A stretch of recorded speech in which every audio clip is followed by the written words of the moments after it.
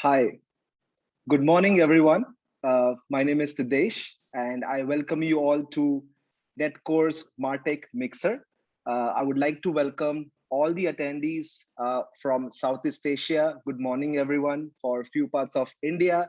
Good morning, everyone, and also the land down under. We have few of the attendees coming from, Australia, New Zealand as well. So good afternoon to them.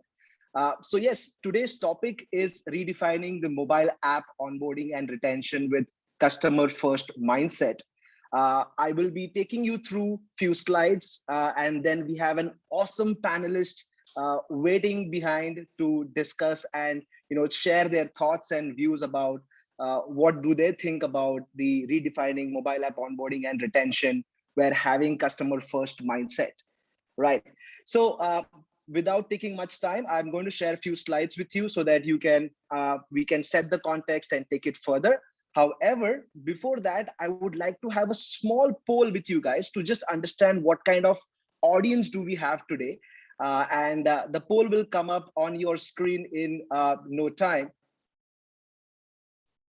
And I would request you all to just answer that poll. And I'll give you like 10 seconds to understand what kind of people do we have today on the webinar. All right, I'm getting good answers. We have a mix of bags from B2B, from B2C, right? 2 seconds more.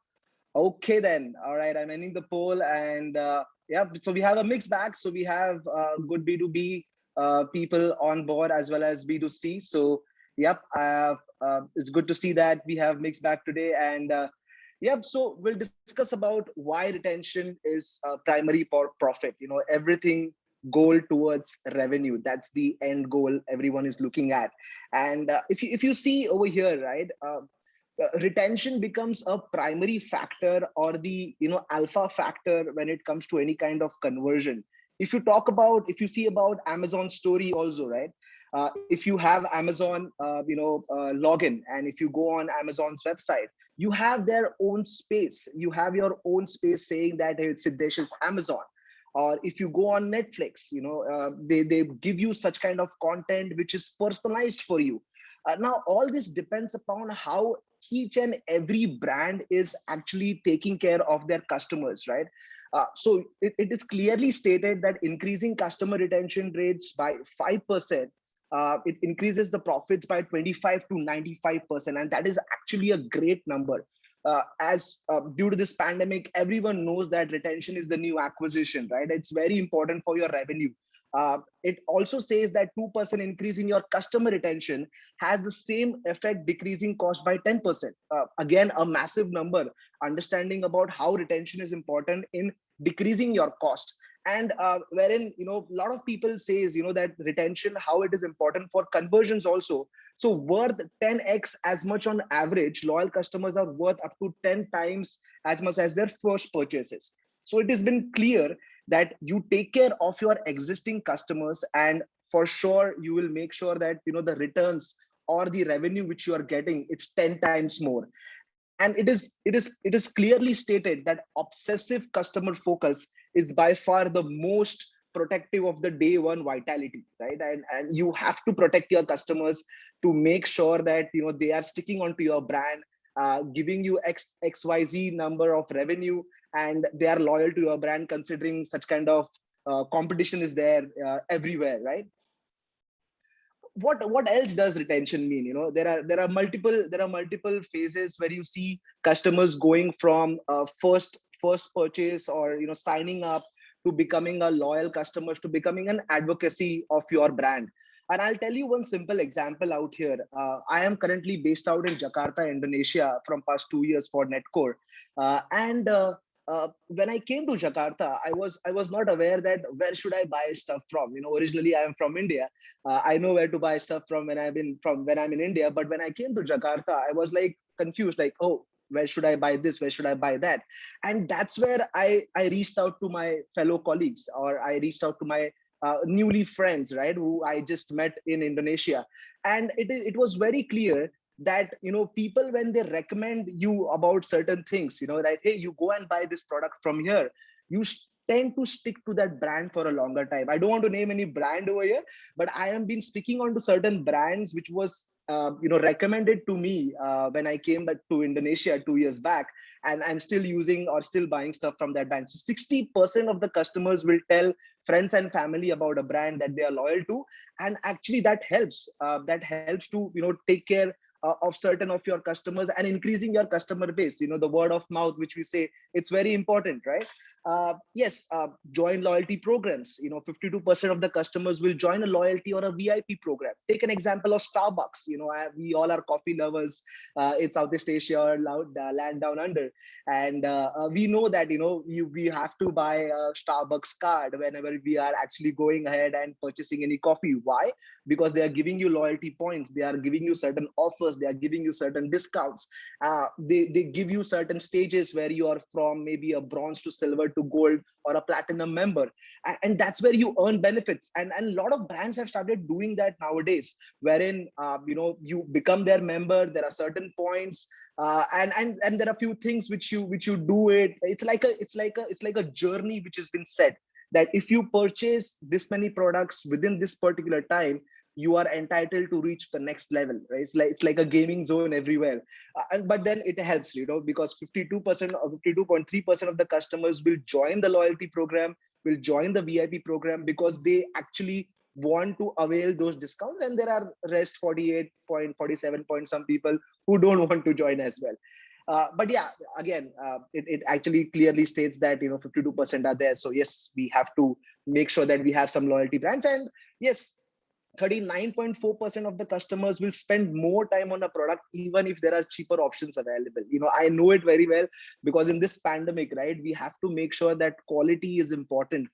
We are working from home, we cannot go out, everything is in the lockdown, shops are closed, everything is happening virtually, everything you're ordering on from the phone. And now what happens is, when you get stick to one brand, because you're a loyal customer there, it actually creates an impact. Because even if you are seeing that there are some cheaper products available, you will still try to be and stick with that brand, because you feel comfortable with that brand, because you are loyal to that brand. And that creates a massive impact when you talk about retention, loyalty, advocacy, word of mouth, and that actually helps you to make sure that you have to retain your customer, you have to take care of customers on a day-to-day basis. Right. So from that stage, we'll talk about an onboarding experience, which is an alpha step or an alpha mode for user retention. People say that first impression is the last impression, but I would say, as one of my colleague quotes, first impression is the lasting impression. Right. So you have to make sure that you are making an impact on the first time when the user is coming on your mobile app. And I have to take an example out here for a gaming mobile apps in Southeast Asia, or in Asia. We all are like, maximum people are gamers, maybe a PUBG mobile game or a Fortnite or Call of Duty or anyone which you name. Now you see over there, if you actually download that app for the first time, what happens is that particular gaming app will take you step by step on a guided approach to tell you what you should do next, because you are new on the app. It will tell you, okay, you click here, you play this, you shoot this, you will get points, you will get coins, and that makes the user comfortable. Why not do the same things on our day-to-day e-commerce or fintech or BFSI or any other brands or OTT brands, where users are coming on for the first time and we are helping them or we are guiding them? Actually, what will happen is, when you help them or guide them, that will reduce a massive day zero attrition rate. We are facing this problem across the globe, that there are many mobile apps in your phone. How many mobile apps have you used till date? How many mobile apps have you actually uh, you know launched for the first time and then uninstalled because you were confused? There are many multiple reasons which are actually creating this impact, where day zero attrition rate is increasing. Now you have to start measuring your customers. You have to start understanding what do they need, and you have to make sure that the onboarding time is less. So when a customer is acquired, the first and the foremost thing you have to do is, you have to make sure that the product onboarding which is there it has been reduced. How you can do that? Multiple ways. You can show them what you have on your product. You can guide them by certain walkthroughs or tutorials, and then engage them in an in-app onboarding. Maybe you can show them gamification, like a spinner wheel, or someone on coming for the first time, give them certain offers, and that's how it will retain. So as I say, it's an alpha step of onboarding experience to make sure that your users are retained. Right. So before we go to the next slide, which talks about what is customer first mindset, I will have to take a small poll, because I need to understand what you guys think as product managers or growth managers or product heads who have joined today's call. We need to understand where do you see a lot of people dropping off from your app. So let's have a quick poll out there to understand what you guys are doing in for your app, and I will populate that poll right now.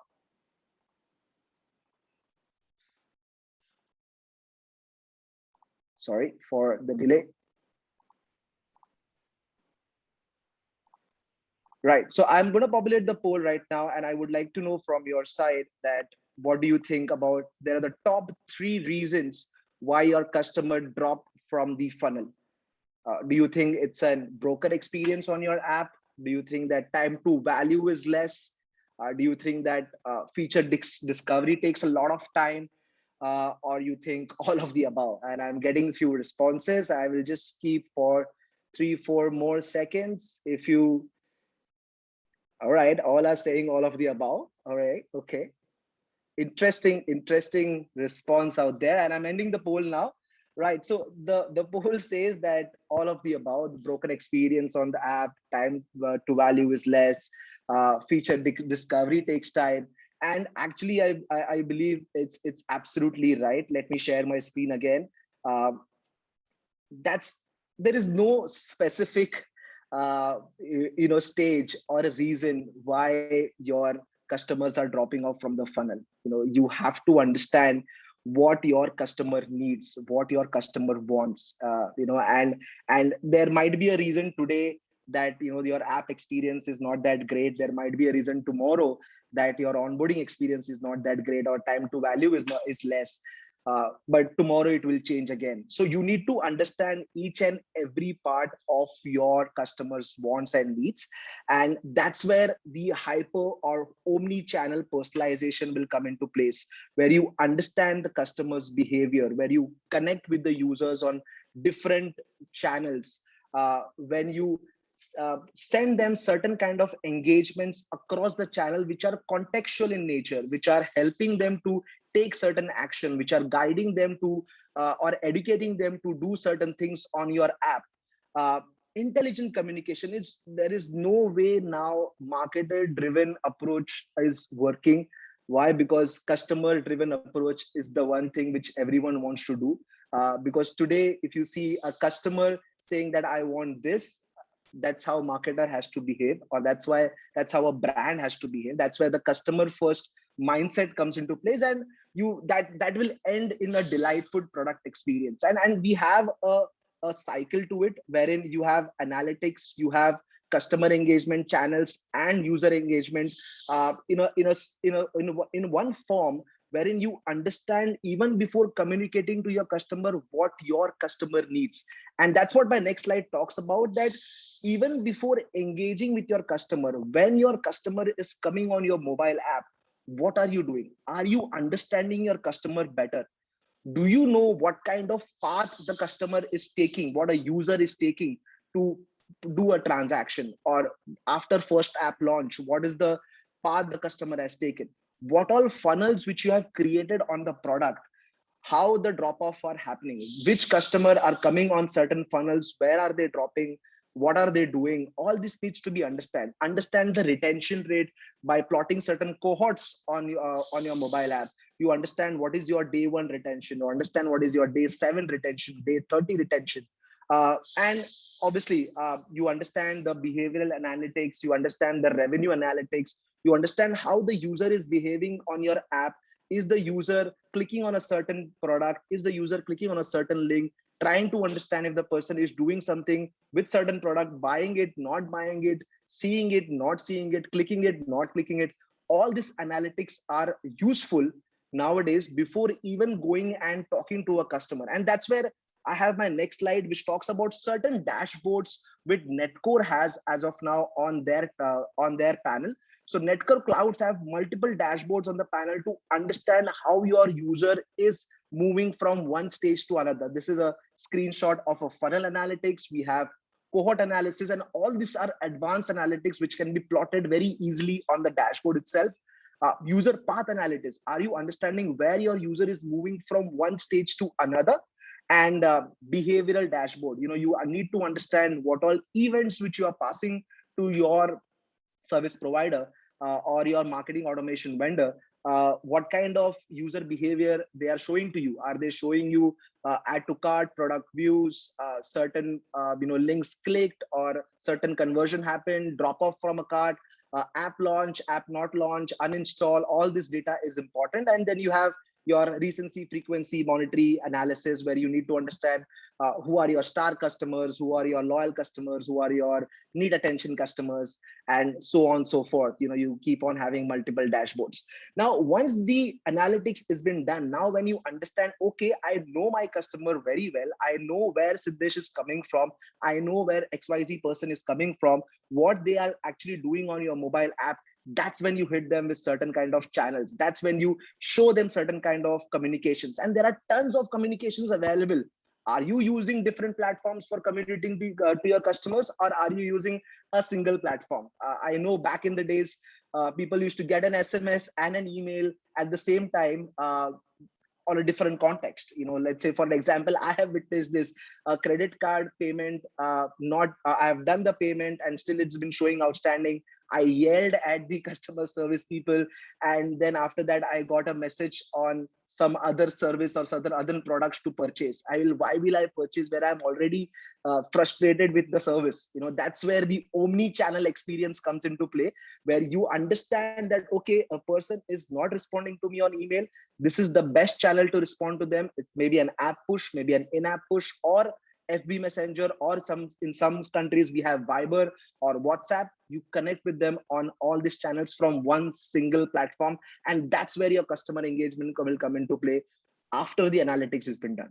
Now, just to give you a highlight how it works, it should work in a proper water flow, or you talk about a journey wherein a customer email has been sent, an email is not opened.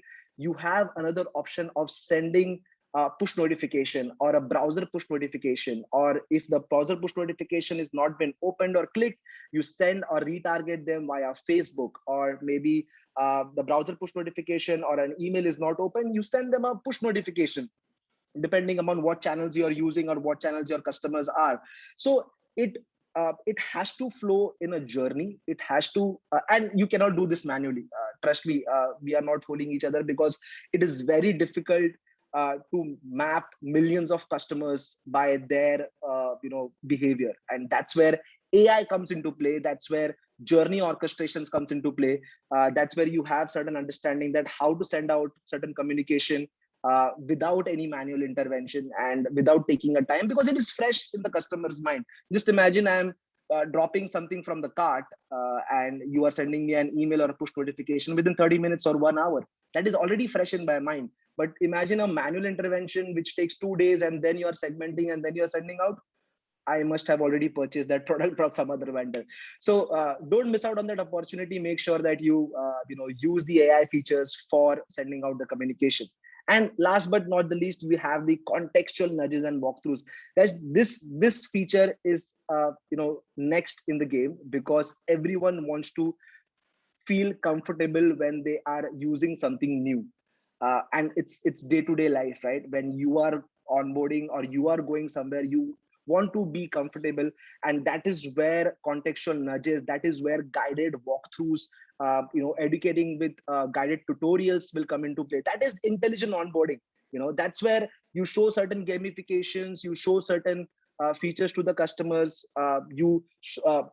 Maybe a certain feature discovery. Maybe I'm not sure where to see my wish list. Maybe I'm not sure where to see my coupons. You can tell me where actually the coupons are. You can tell me where actually the wish list button is, or you form certain habits. You make sure that you users come on the app every time. That is all about product led growth, right? Where you want your product to be driving the growth for you. And that's how you create awesome experience for your customers, by actually having the contextual walkthroughs and nudges, and actually using some intelligent onboarding like gamification and guided walkthroughs or guided tutorials. Few of the examples which we have, certain use cases, some of the brands are doing it. 82% uplift in the CTR for a new feature with a contextual spotlight. This is one of the brands from Southeast Asia, where they actually did for a new feature onboarding, and that's where they got 82% uplift. This is one of the brands from India which contextually nudged users and enjoyed 25% increase in their registrations. So just imagine, guys, something like this coming on your app when you're actually using certain app, and which makes you comfortable, right? It actually is telling you to do or take certain actions, and I'm sure you will take an action by showing such kind of subtle way of showing a guided walkthroughs or nudges. Another case success story for Mobile Premier League. This is a brand from India.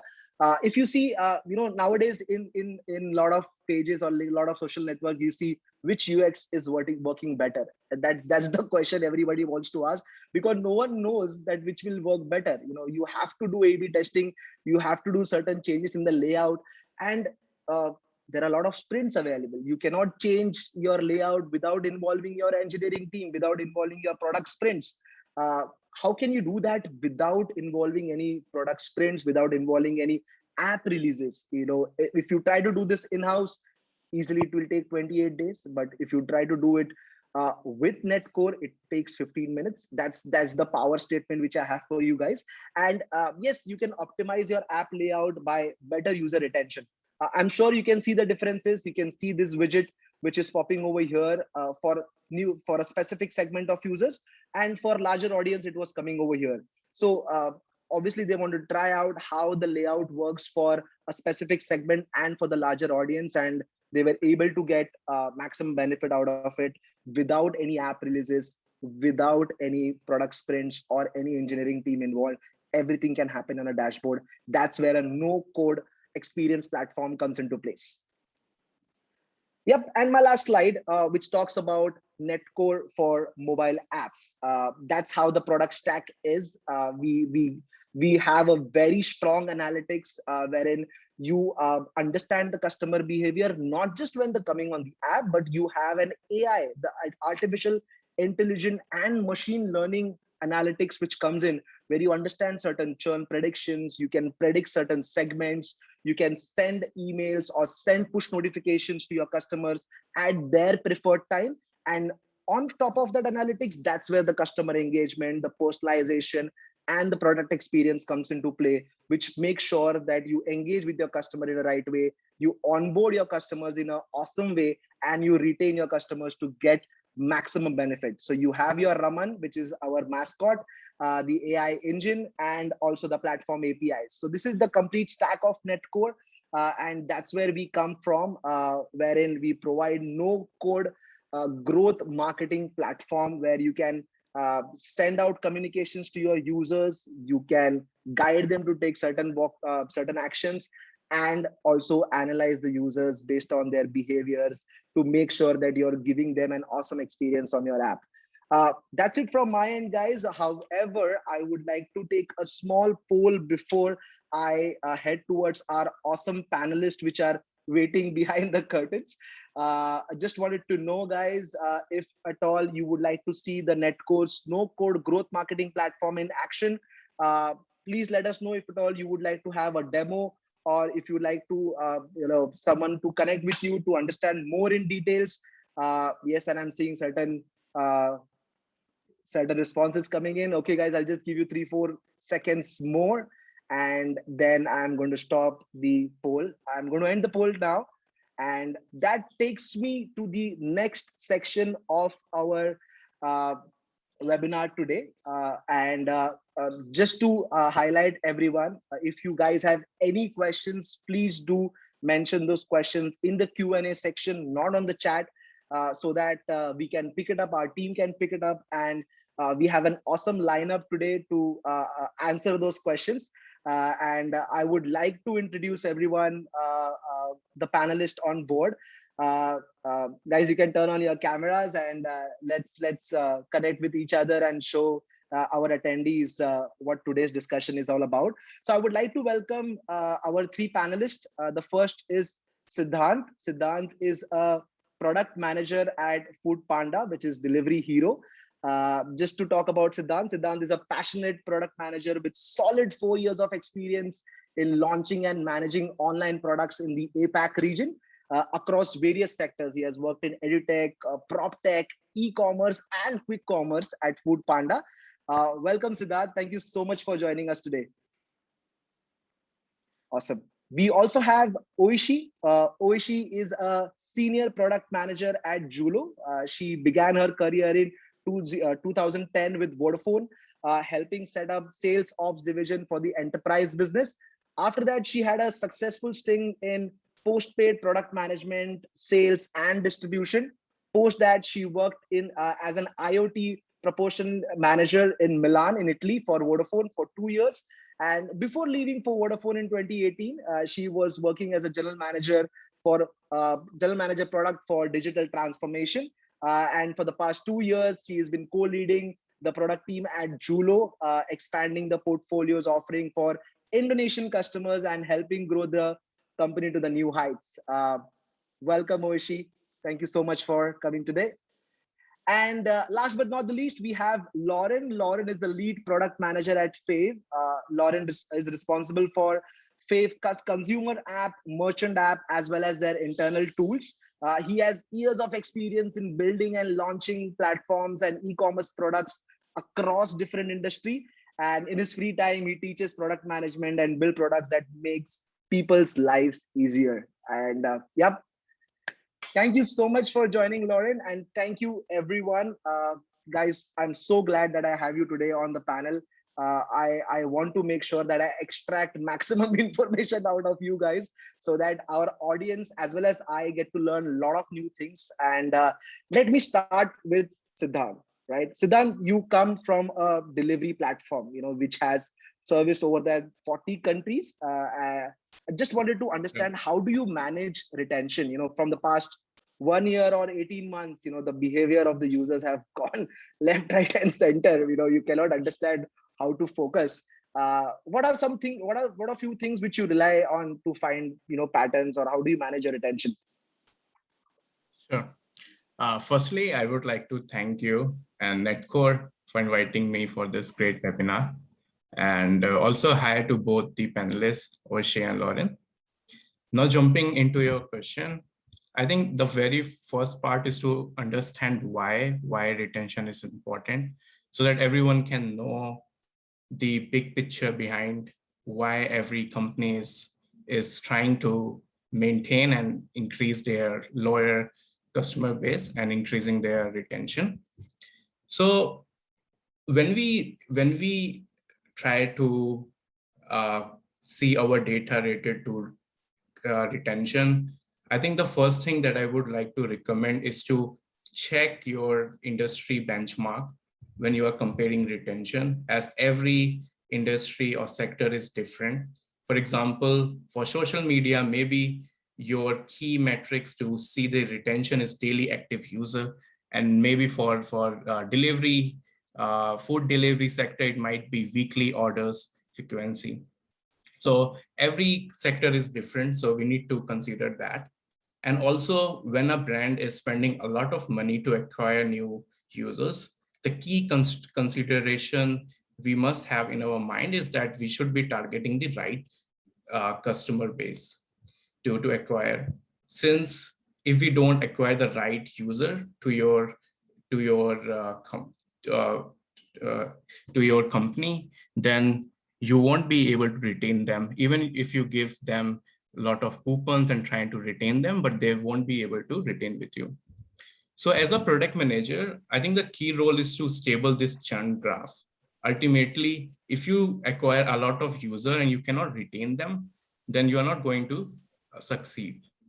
And we need to compare and improve this retention. Since if you acquire a lot of users, and you are able to retain them, you are able to engage them within your platform, and then you will see a loop between these three things, which will help you to increase the customer's lifetime value, which is the ultimate goal for every company.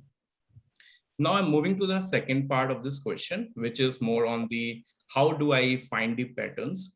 So when I see the data, I try to keep my approach into quantitative and qualitative data, and I try to segment the users into a group which have same characteristics.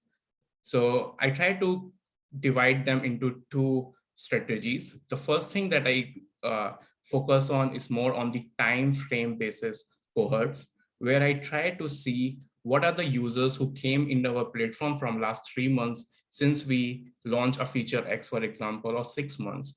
And then I try to see the pre onboarding process, since we need to make sure and think as a user, we need to be more customer centric. Just think as a user, if you want to order something online, you maybe if you haven't done it before, you will go to Google and you will try to search it. So it's very important to think as a user why and how a user can find, for example, Food Panda for the very first time. The onboarding experience can also start with even the Play Store or the App Store, how it looks like, and try to download the app and try to sign up and see and compare what are the desires of the customer versus what are the values that you are giving to your customer, and try to be more with your users, see where your users are, and try to do more research on it. And if you do it, the good part is that you will get a lot of qualitative data, which is very valuable, but you will not get so much why people are behaving like this, but you will still get a lot of data, qualitative data, to work on that. Now moving to the behavior cohorts, which is very important since it gives a pattern so that you can discover how people are retaining. So you can group the users into various specific action that they are taking in your platform for a given time. So in my experience in previously, especially for the e-commerce platforms, I have been dependent on several patterns. And I think three things that I see is, first is how many days a user is taking to order the first product in our platform. Second thing that I see is the reorder after the first order or next order. The third thing I see, the most common behavior, which increases the retention. So when I say days to first order, you need to see and segment the users which are coming from organic ways versus the inorganic way, and then see where the graph is dropping down and how you can shorten the days for the customer for a specific group so that they can order the first product. The second thing, I think there are a lot of strategies that you can do. Maybe you can give incentive to the users so that they can order their first product very fast. And for the reorder after the nth order or the first order, the things that I have worked in the past, when I was working for an e-commerce company for women, I have seen that I saw a pattern where if the first order has a high item per transaction rate, then the retention was really higher.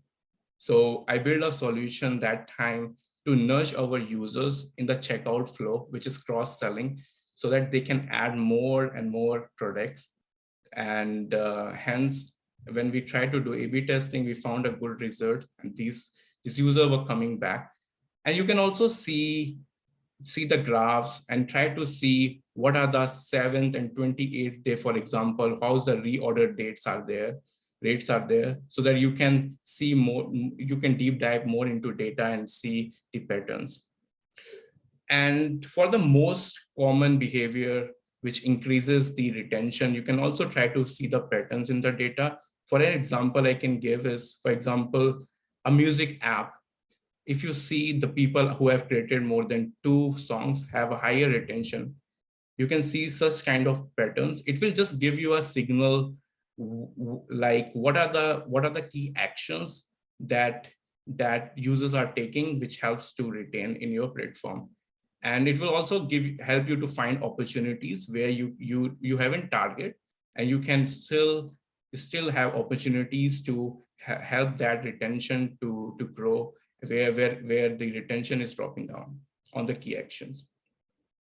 Now, I think since you have both kind of data in the earlier part, I explained about the qualitative data. Now you have a quantitative data. So you know the opportunities and you know the pain points of a customer as well. So now it's time to build some hypothesis. You can also try to do some A/B testing that I have done in my past experiences. And one thing that I would like to say is that be more data informed, not so much data driven. Just because you cannot underestimate your customers' behavior or the UX part. For example, if you see a certain user, for example, are adding 2+ songs in your playlist, are returning more, it doesn't mean that you will nudge your user everywhere to add more songs in the playlist. It will be not a good user experience. So you need to be very smart when you are taking decision, as you need to make sure that you have a good alignment between user experience and also the data which is informing to you. So this is how I approach in my past experiences.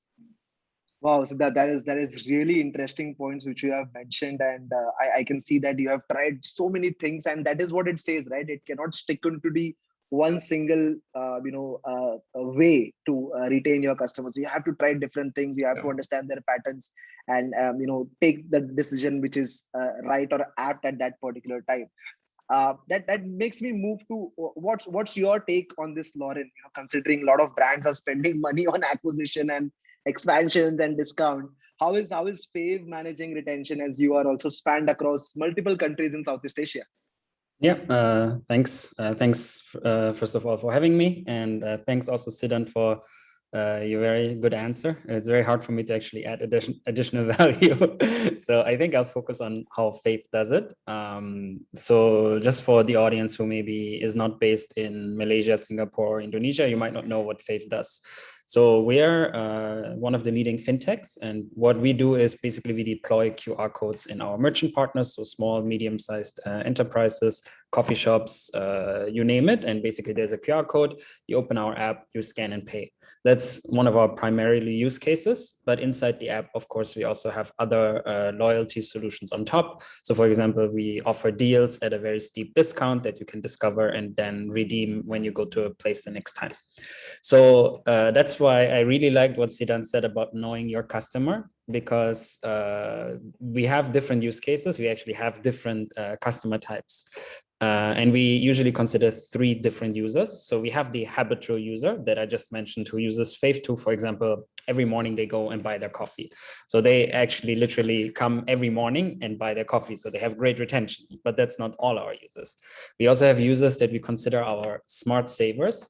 So these are then users who open the Fave app in the hope of finding a good deal, to find good savings on something specific. And the last user type that we consider is what we call our routine breakers. So these are people who open the Fave app because they have a specific experience in mind that they want to have. So for example, they want to go to the movies and then they're like, okay, I go to Fave to figure out where can I find a good deal on going to the movies.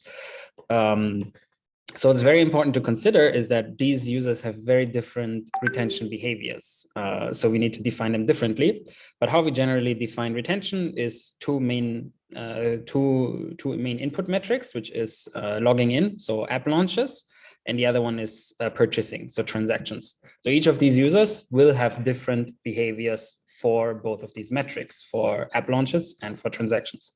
So the habitual user, they might open the app every day, but they only open the app once and they transact. So they have a very good conversion rate between those 2 steps.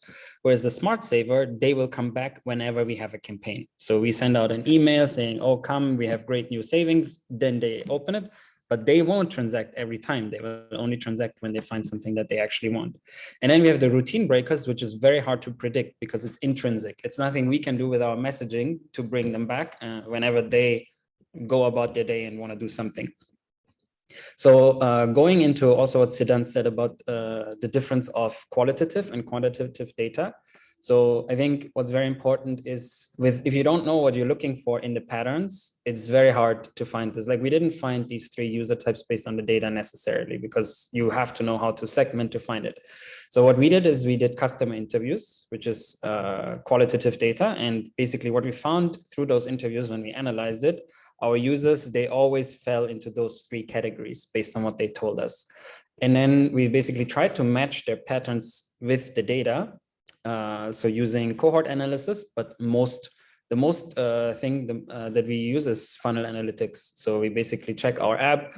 These are all the different things that they could tap on. What is the most tapped thing in our app? And then how do they go through that? So that allowed our marketing team to build journeys based on those user types. So now we can basically message them proactively and can bring them back. And we do check this periodically. So of course, we don't assume this will be the case forever. But what we find is that that's currently how our users are behaving. And that also helps us shape our app. So our product roadmap is also shaped around supporting these 3 user types. Awesome, Lauren. I guess somewhere understanding the patterns and periodically checking how the patterns are changing are one way, and I guess one of the most important way to understand how you should connect with your users. And that's where the analytics comes into play, and then you go and connect and send out communications. Awesome. Thank you so much, Lauren, for that's something different which I heard. Thank you so much for that. Just let me move to Oishi. Oishi, as Julo is a digital lending company in Indonesia, understanding user path will be very important for your brand. And as we all know that personalization in onboarding a user starts with an understanding their acquisition path. How has been Julo doing this? Just wanted to hear your views as well. Thanks, Sid. Thanks for having me, and thanks for the question. Yeah, I think you're absolutely right. Personalization can begin for onboarding can begin and be informed by the acquisition path for that customer. And at Julo, when we think about this problem, we like to think of it in terms of a framework of who, where, and what. So maybe who is the customer, right? Is this a regular customer, or maybe someone who's coming to us and discovering our products through a partnership like the one we have with Grab currently? So it could be, say, a delivery person. Now, for this person, because it's coming through us through a merchant partner, we already have tons of data, and therefore our onboarding doesn't need to be as long, or the application process doesn't need to be as long. So what we try to do is think about what are the data points we can get from the partner themselves, and also maybe what data points are not relevant to credit scoring that particular segment, and get rid of all those fields. Basically try to make the journey and the onboarding as short and as precise and relevant for that particular customer segment. And as we know through data analysis, that addition or deletion of a single field or a single step can have a huge impact on your funnel, which is why we got to watch this with a hawk's eye. The second is where is this customer coming from? So is it someone who's coming through a Play Store download, or maybe someone who's exploring your product through a loan marketplace? Now, if it's a loan marketplace, there are dozens of competitor apps. What that tells us is that customer motivation to continue maybe medium or maybe low, so not super high. So just we need to consider customer motivation and design the path accordingly. So for example, if it's a marketplace, what we have is the option of a web-based onboarding. And only when the customer is has got a credit limit, is approved, and your limit is your digital credit limit is ready to use, that time customer motivation would be much higher. And that's the right time to ask for the customer to download the app and continue. So being cognizant of the customer's mindset. And last is what are the steps that you plan in your onboarding or application process?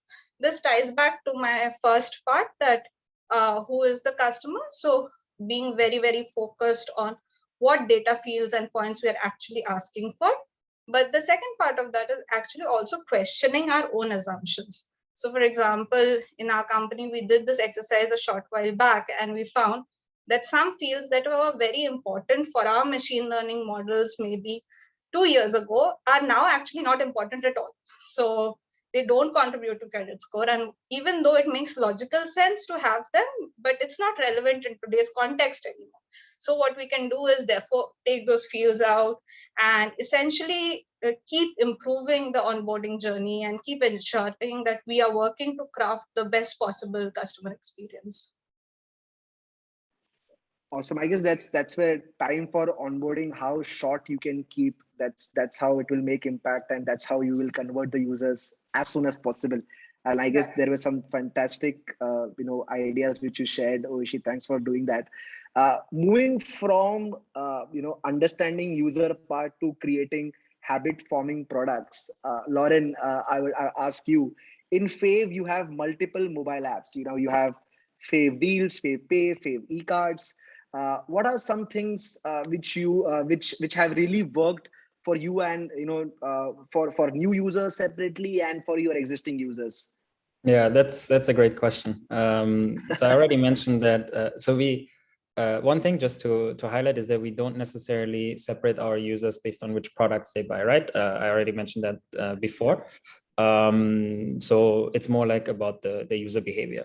So our main goal is always to get people to really transact for the first time. That's like when we lock in the habit. So basically we define our user journey into first new users and getting them to make the first transaction. And then the second part is making that user become a repeat user.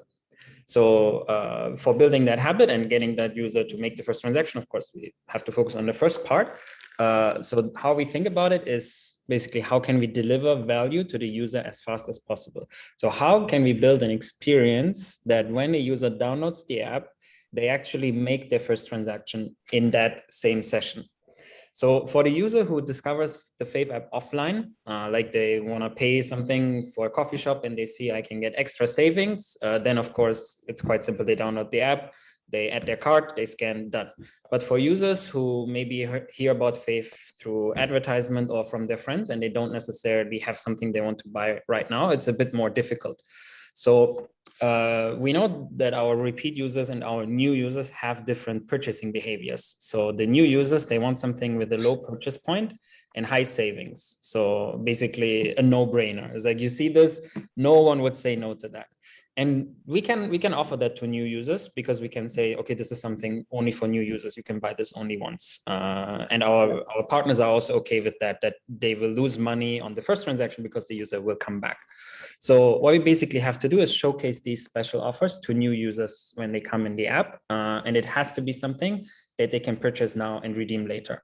So we have some of these products, like you mentioned, e-cards, for example. E-cards is basically getting bonus cashback at a discount. You pay $50 now, but you actually get $100 in total. So you get basically 50% off for all your future purchases, something like that. So we can present that first for the user. And even if we're not able to do that, to convert them for the first transaction, the first time we log in, we still have the secondary call to action where we incentivize the user also to give us more details to fill their cart, for example, because even if they don't want to make a purchase now, once we have the cart on file, the barrier to make a transaction in the future will be much lower. We can also offer them more products based on card on file, like we have a buy now, pay later, like kind of like a credit product. So once we have a card, we can also offer that to the users. And when we think about repeat users to locking in that habit, it's all about recommendations. So once they make the first transaction, we learn what category they like to transact at, what kind of shops, and we can push them special offers according to that via push notifications or via email, or what we are learning more and more via the homepage. So we saw the biggest improvement in this behavior when we stopped relying only on messaging. So one of our big projects last year was to completely revamp our app experience aligned to those 3 user types that I mentioned before. So we were able to increase this behavior. But moving forward, the main improvements we're going to see in the future is probably more focused about separating new customers with existing customers. So how can we make the app homepage, the first thing you see, more customized towards you being a new user versus being a repeat user? Wow, that's really awesome, Lauren. I guess that's how you should differentiate also, right? A new user should see a different experience, and an existing user should have a different experience. That's where the A/B testing can come into play big time. But just wanted to understand from Oishi, because Julo comes into digital lending. It will be different experience for you guys. How do you deal with what are the things which you do for new users and your existing users? Uh, sure. And also in credit lending, it's not something necessarily that is responsible, that, it's not responsible to build a behavior out of it. So not something we would want to push for, because we are very committed to responsible lending. So maybe not something that if you don't require a loan product, it's not right for us to push that on you.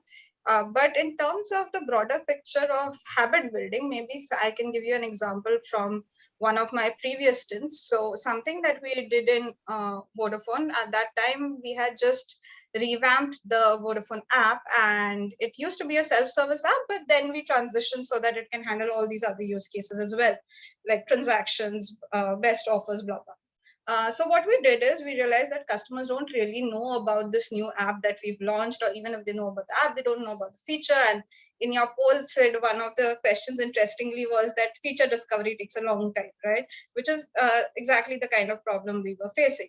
So at that time, the mascot for our company was a pug. You must remember that small, cute dog. And what we did was we hid images of the pug in various places of the app, and we ran a contest called Pugathon. So what you had to do on different days, there'll be a pug released on different places, and it's like a treasure hunt. You got to go and find it. And if you find all the pugs over a duration of time, you get rewarded with a bum hamper or some prize like that. And it took off. It was very well. We saw cheat codes going around on the internet, that where to find it for today. Oh, it's Wednesday, so go here, and those kind of things. And of course, engagement metric went up, growth metric went up. And most importantly, I think we achieved what we sought out to achieve, which is help customers know about all the features, or at least the features that are important to that segment. In fact, the pug was hidden at different places for different segments. So a postpaid user would find it in a different place, a prepaid user would find it in a different place, those kind of things. And thankfully, we got a lot of hype out of it as well. And I think the takeaway is that before starting on an engagement campaign or a habit building campaign, we have to think of what stage of growth are we in and what is our goal, and then set out to design the campaign in a way that meets that goal, preferably not in a very cliche manner, but in a fun way that makes it useful for the users. And I think the other learning that I have from this is that not all segments will fit into the same habits or the same behavior patterns, and it's futile for us as product people or as marketers to push everyone to follow a single mold. So really think of this as well in a segmented manner and see what behaviors we want to drive in what segments. Awesome. I guess that is one of the awesomest gamification idea which you guys did back then. And that has to increase the engagement rate. So kudos to you guys and your previous team. Great. Thanks, Oishi, for that. Siddhant, you come from e-commerce and a quick commerce brand. Can you share with us what are the strategies or frameworks you and your team have applied to improve retention rates? Yeah, sure. I think that's a good question. So I think the most common framework or strategy that we use for improving retention is to see from the lens of the customer. It is more like a very customer-centric approach. And we just try to understand the life cycle of the customer. And when I say customer, we have three users. First is the customers who consume our product, the normal user who orders something in our app. The second one is our riders. Third is our partners, which are the restaurants or grocery shops. So when we do this kind of framework, I think the very first thing is to understand the user state. Second thing is more about to understand how the activation happens. Third is on the engagement part, like what are the values that we can give to our customers so that they have a motivation to come back in our app. And the fourth thing is about the reactivation. If a user, they drop or they churn out, how we can bring them back to our app to still using it. So I will go into details on this. So coming on the very first point, which was, like I stated, understand the user state. So as a user, we think like how a vendor, for example, a restaurant, they will find Food Panda.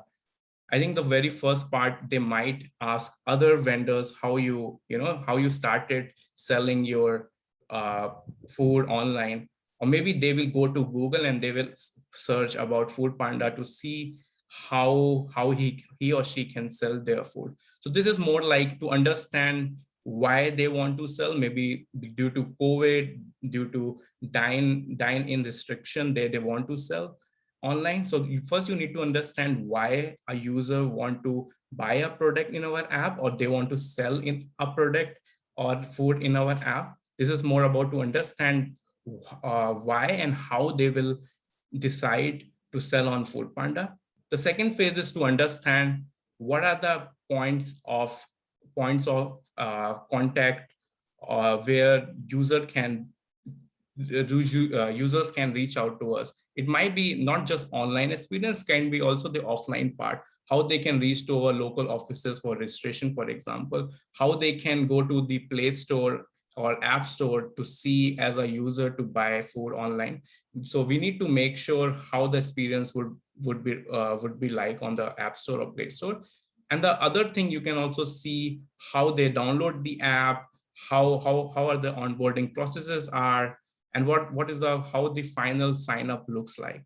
So as a user, you need to think of each and every step from pre-onboarding experience to the whole onboarding process.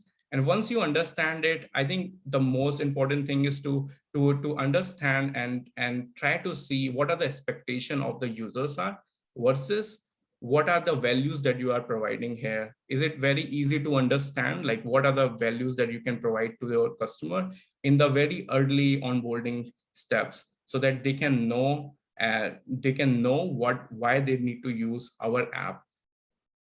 And once you understand this, I think as a product manager, it's very important to talk to your customers and engage your user experience team to do customer surveys to understand what is in their mind. And once you understand this, and then you have a lot of good quantitative data, and then it comes to the second step, which is more on the activation part, which means like when a user signups in our app, then we see like what are the actions they can take as a first time. And we try to make it very animated for our users. For example, as a vendor, they might be not very tech savvy. So it's very important to have an animated tool, how they can accept an order, how they can see their key metrics. And as a consumer who came to a Food Panda app, for example, to buy a product, so we need to see what are the steps to buy a product once they sign up. Just try to make it more try to reduce the barriers and make it very easy to take key action items.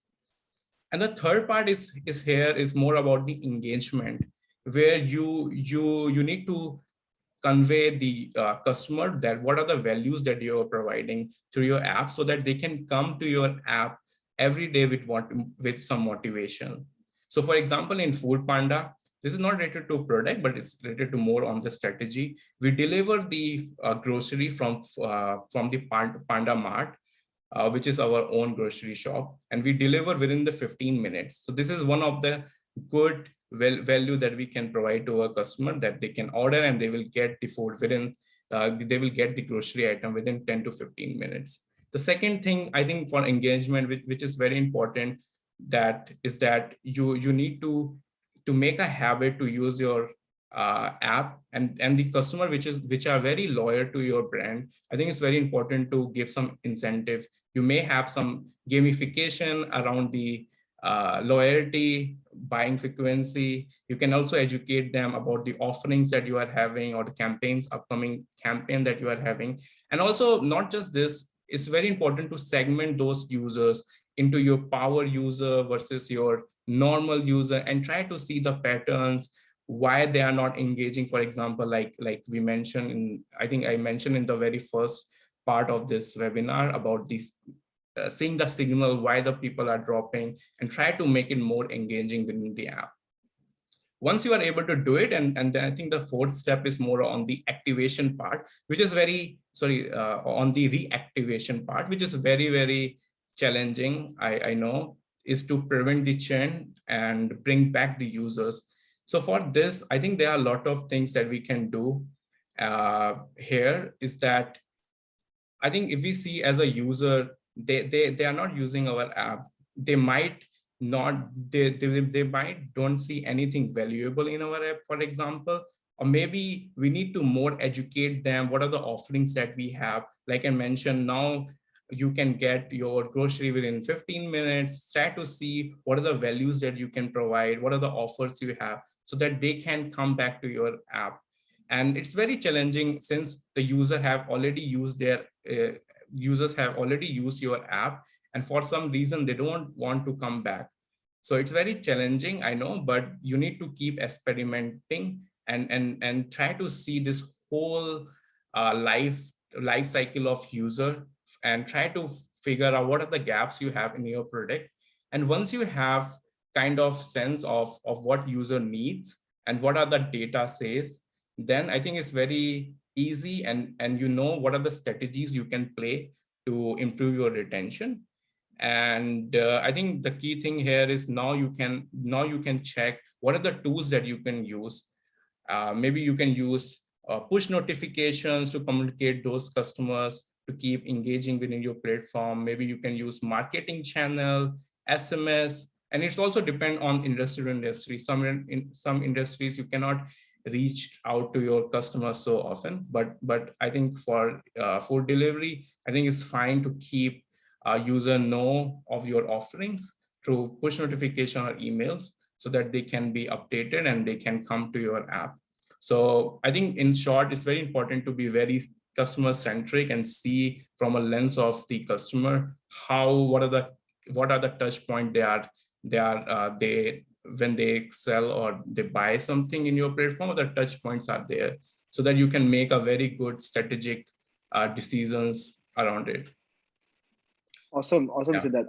I guess you highlighted this point of onboarding, and user onboarding being an alpha metric for user retention, and engaging with the right set of channels, and trying out different things is very important. So thanks for sharing that view, Sid. Thank you so much. As we all know that better retention obviously leads to growth, and want to understand that from Oishi and Siddharth both. How growth levers always have analytics, they have ML, they have branding. What are your thoughts on word of mouth? Sometimes organic and incentivized referrals or surveys or feedbacks are also used for the users.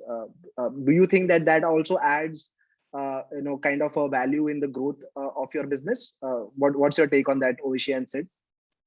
Yeah, absolutely. I think that word of mouth can indeed be very valuable, but it has different value at different stages of growth and for different industries. So a recent example where word of mouth really helped to blow up a service, I think, is Clubhouse, where it just went out of proportion without too much marketing effort from their side.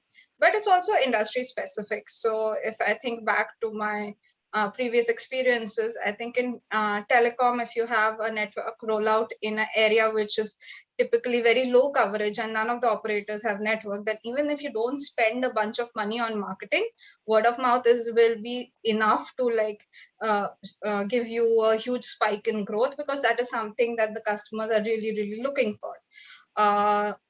When I was in IoT, we had this new product called stolen vehicle recovery. So you must have seen in all these TV serials about police and FBI that all cars have these black boxes. So the product that we had was a second black box, because most people who commit these crimes would not be expecting a second one, and it was targeted towards high-end automobiles. But it was a very new product in a very niche market, And so it was struggling to grow, right? But then we had this one case where, because we had also tied up with the local police, we were able to do recovery of a luxury automobile, and the person was also quite influential who owned that particular car. And so it came on the news and spread, and that helped us surprisingly grow our sales. And that was not something we had planned for, but we benefited from. So it depends on the industry. Coming to my current role in fintech lending, here I think we have to be very sensitive about the culture. So in parts of Indonesia, in parts of India, where I'm originally from, it's not socially acceptable to take a loan, right? You have people who still look down upon it. So no matter how superlative your customer experience, it's not practical to expect people to broadcast that on channels. So I feel like, yes, word of mouth is a very, very important and potent tool, but before not something we should rely on exclusively. And secondly, it depends on the impact it can have. It depends on the culture, the industry, and the stage of growth. All of these come together to, really give you some clue on the impact it will have. Awesome. I guess your IoT episode, which you mentioned, I guess it looks like a series episode. So nice one. Thanks for sharing that. Sid, what are your takes on it? I think I really agree on the points that Oshi mentioned, that it really depends on your industry you are in and also on various factors.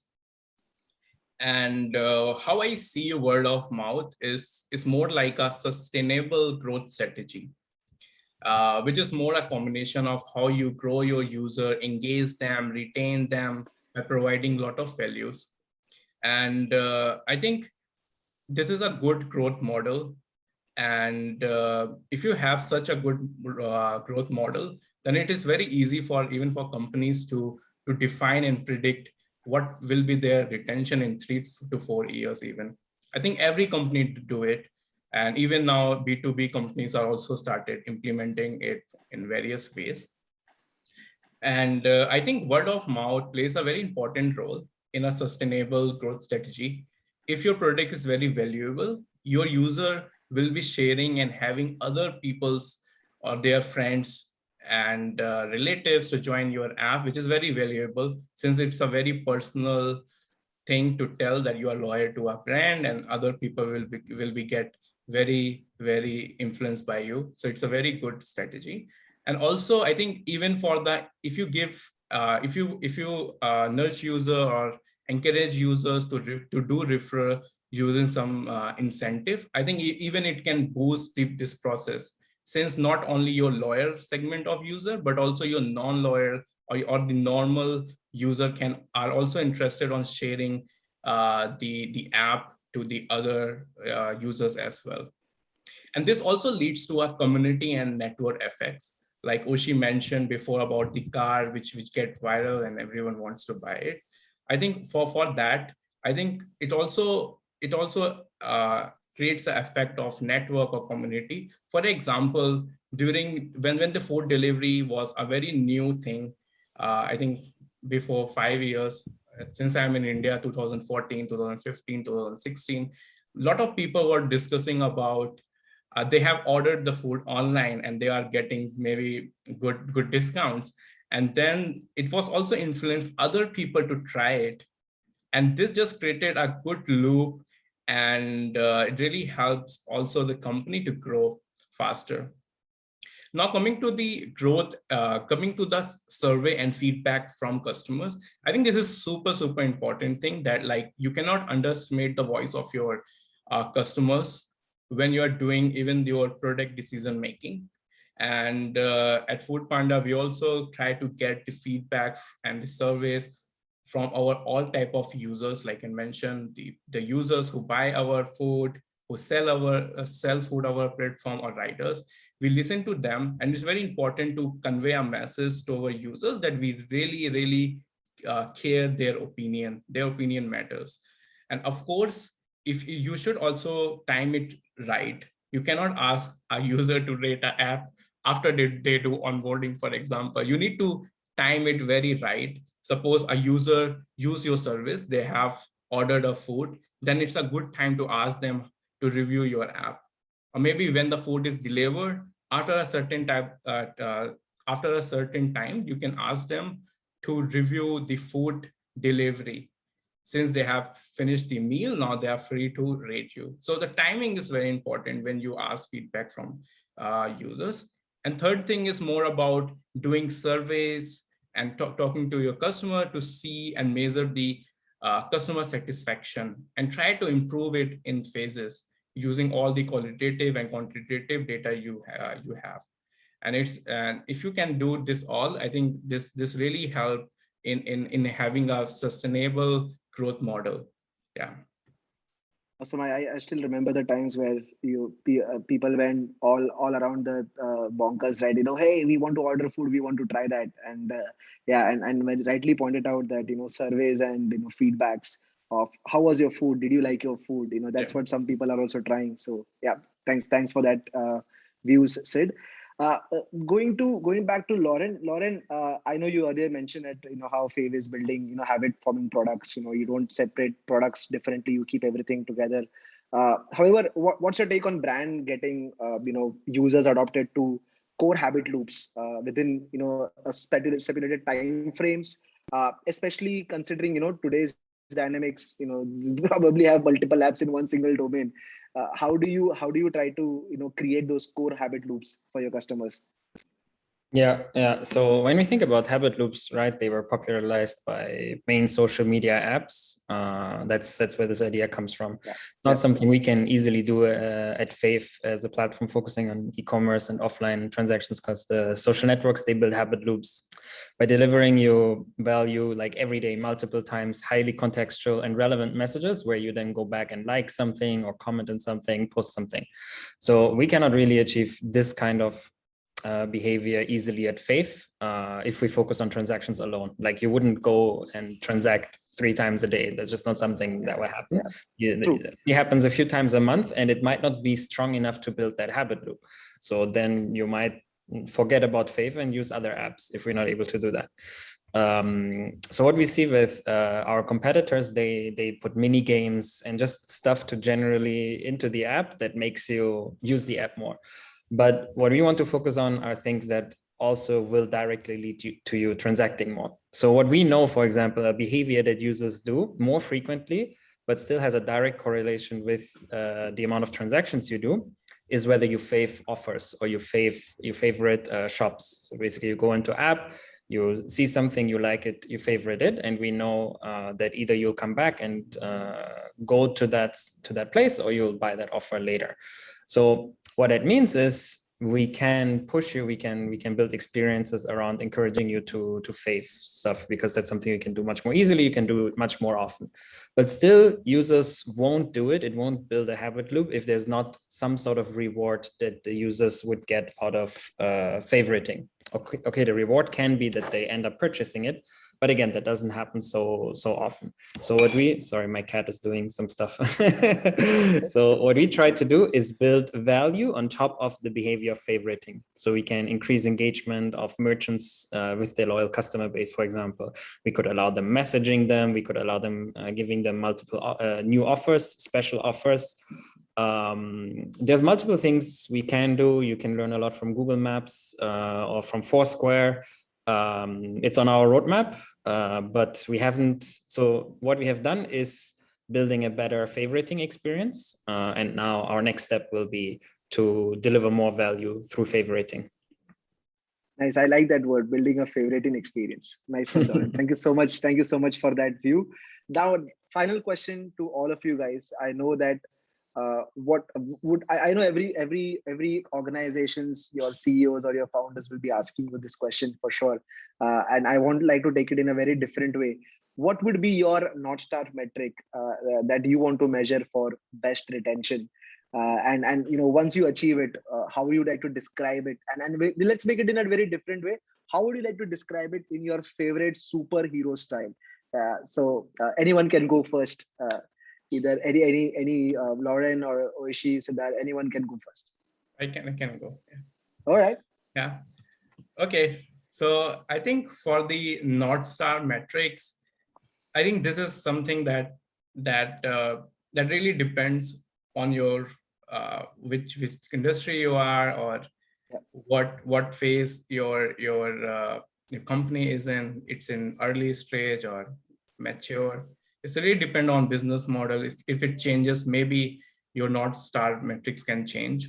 So I think for me, when I was in edutech company, the North Star metric that I used to see was frequency of users. Since we are giving them giving users some value, that's why they are coming back to our app. So I used to see frequency of users. And for e-commerce, I usually see frequency of reorder in a specific time period. And if I need to compare it with a superhero, I will do it with Superman. Yeah, I will compare with the Superman. Just because Superman has some superhuman strength, he cares for people. So when you see this frequency of reorder, for example, you can see here that you are providing some value, you are engaging them. That's the reason they are coming back to you. You're not just, it's also helpful for your business, but also for your users, since you are giving some value to them. And since I see retention as a new growth, so if you have good retention, then you can fly like a Superman, and you can have a very good growth. Yeah. Nice. Thanks so much for that, Sid. And I really like your super approach towards retention and North Star metric. I would please request you to hold on with that banner. Would like to hear what others also say. Yeah, I can. Oh, go ahead. Lauren. Okay. So I think for defining the North Star, the first step is to figure out how we define active users, right? Because that tells us who we are retaining. Are we retaining passers-by, or are we retaining real customers? So I think for us at Jolo, it's really important to check the retention of the people whom we've approved for digital credit. And in that spirit, one of the most important metric for us, I think, is the week 2 retention cohort, because by then all the processes of approval and onboarding and the first limit generation would have been done. So of that batch of customers, how many do we really retain? So yeah, I think that's the most important metric for us. And if I have to think of a superhero to correlate it with, I think I would choose Thor. And and I don't know what to say exactly for that, but one of the lines that he says in one of the movies is that you are big, I have fought bigger. I think I would like to say that to this retention metric. Nice. So we have one DC and one Marvel, and that was really amazing. Very Thor experience from you, Oishi. Thank you so much for that. Lauren? Yeah, so I mentioned earlier that some of our retention metrics that we call our input metrics are app launches and transactions, but the main North Star metric that we consider for retention is the number of transactions per month per user. So basically what we're doing, apart from engagement, is, for example, to launch more use cases. So one thing that we are venturing in right now is online payments, or even buy now, pay later, which basically opens more avenues where people can transact more frequently. So then not only looking whether people come back on a monthly basis, actually how often do they come back on a monthly basis. And if I were to put this as a superhero, when I achieve that metric, I hope you can see my background now. What I would say is, oh shit, it's flipped. What I would say is first try. I don't know if you guys have seen the Lego movie, but there's this scene where Batman needs to do something with his boomerang and he keeps hitting, but missing until he gets it. And then he says, first try, and being super proud of it. So I think that's also how I feel about our North Star metric. It's very easy to make a plan and move forward, but most of the time we fail, and we have to be okay with that. And we have to experiment and try again until we manage to do it, and always be positive about it. Because even if we fail, we learn something and we can apply those learnings for the next solution. awesome and save your Gotham City, which is your users. Yeah. Nice, nice. Thank you so much, guys. It was really, really amazing to talk to you. And I feel little left out. So I will also have my banner up without mentioning my North Star metric. So I'll just mention my banner up. That is the Captain America shield. Thank you so much, guys. It was really a pleasure talking to you. And thank you for sharing all your views. Unfortunately, because of the time constraint, we cannot take certain questions. Sorry, audience and attendees. What I will do is I will share those questions to the panelists and we will reply to you for sure. But thank you, Lauren. Thank you, Uishi. Thank you, Sid, for giving your time today. It was really a pleasure talking to you all. And take care, have fun, and thank you so much. Thank you. Bye-bye. Thank you. All right. Thank you. Thank you so much, audience. Please do watch this space. That is the Martech Mixer Netcore Cloud. Tomorrow we are having for Middle East, Africa, and then day after for India. And next month again will be Southeast Asia edition. So thank you so much and keep attending. Bye-bye. Bye.